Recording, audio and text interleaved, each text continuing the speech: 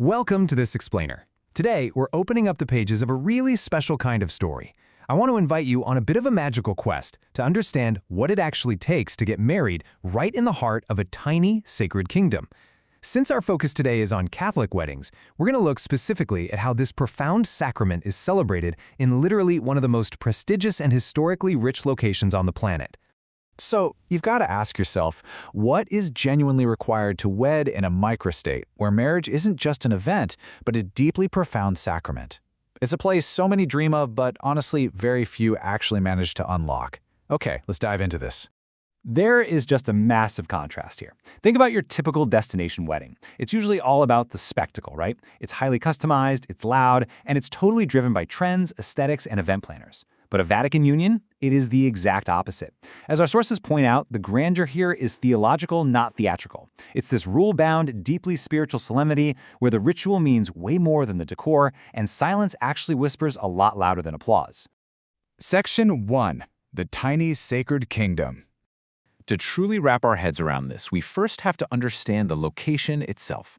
Let's step right into the first chapter of our storybook journey and cross through the sovereign walls into Vatican City. Now, the Vatican is a sovereign microstate of only 44 hectares. To put that into perspective for you, that's roughly the size of a good golf course. It is literally the smallest independent state in the world. And, a really important distinction we need to make right off the bat, it is entirely separate from Italy. Sure, geographically it sits right inside Rome, but legally and spiritually, it's its own completely sovereign entity, governed exclusively by canonical law.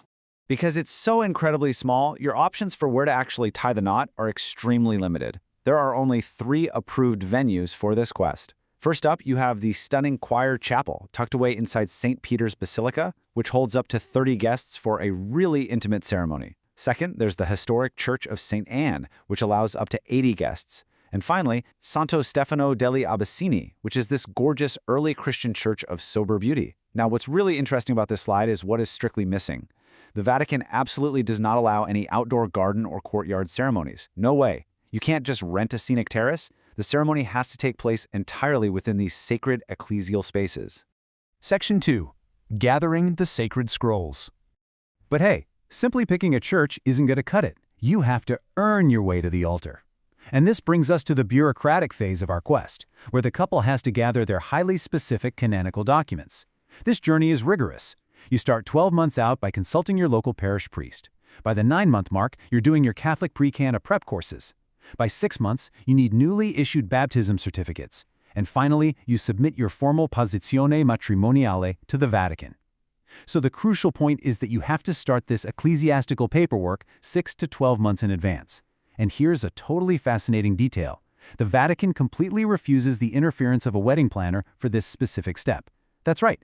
Because of the sacredness of the ceremony, wedding planners are basically locked out of the bureaucratic and ritual planning. They can only play a supporting role. Let's look a little closer at the exact documents, what I jokingly like to call the sacred scrolls you need to unlock the kingdom's gates.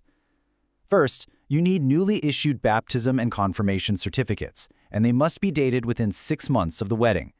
Second, the status liber, or letter of freedom, which is a sworn statement declaring you've never been married before. And third, the absolute most vital scroll of all, the nihil obstat. Now, the nihil obstat is a Latin term that literally translates to "nothing stands in the way." It's the formal permission granted by your local bishop that actually allows you to get married outside of your home diocese.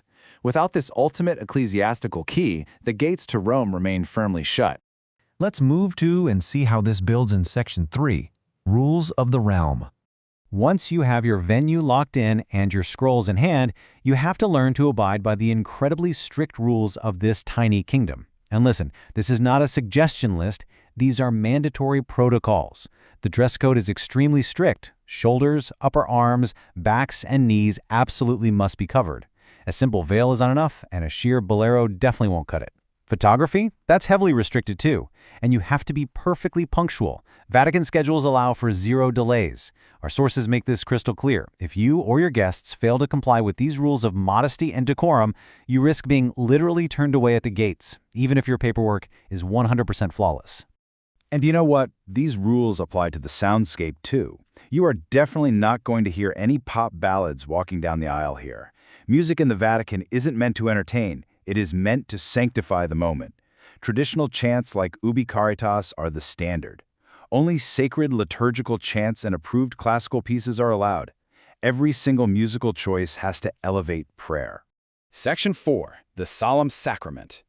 So all of these rules, the intense preparation, the paperwork, they all lead to the climax of our story, the quiet, deeply reverent ceremony itself.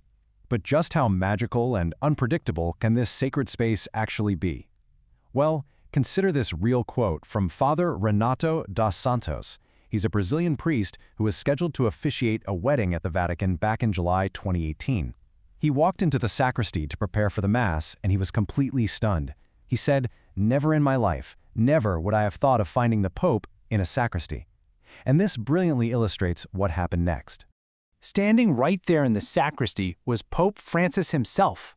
The couple getting married, Swiss guard Luca Elia Maria Schaefer and his Brazilian bride Leticia Vieira, had actually invited the Pope to attend. But instead of just showing up as a guest, the Pope surprised everyone by acting as the ultimate surprise guest and spiritual father, stepping in to personally officiate their wedding ceremony. It's just a delightful, real-life fairy tale anecdote that shows the deeply pastoral heart beating inside the Vatican. It really isn't just about grand prestige, it's about a global community of faith. Section 5. The Roman Feast. Of course, a wedding is also a huge celebration of joy, which highlights this incredibly beautiful duality.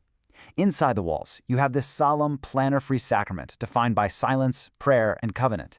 But the second you step outside those walls, the grand, loud Roman reception begins. You step straight out of the shadows of marble chapels and into the vibrant Italian sunlight. We're talking rooftop dinners overlooking St. Peter's Dome, clinking wine glasses and plates piled high with fresh pasta.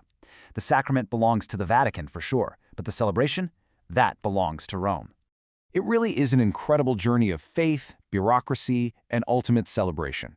So, after walking through this highly structured, profoundly spiritual quest, I want to leave you with this final thought. If you were planning your special day, would you choose the deep, unyielding tradition and sacredness of a Vatican wedding, or would you prefer the customized, creative freedom of a modern destination wedding? It's a truly fascinating choice between spectacle and sacrament. Thanks so much for joining me for this explainer, and I'll catch you in the next one.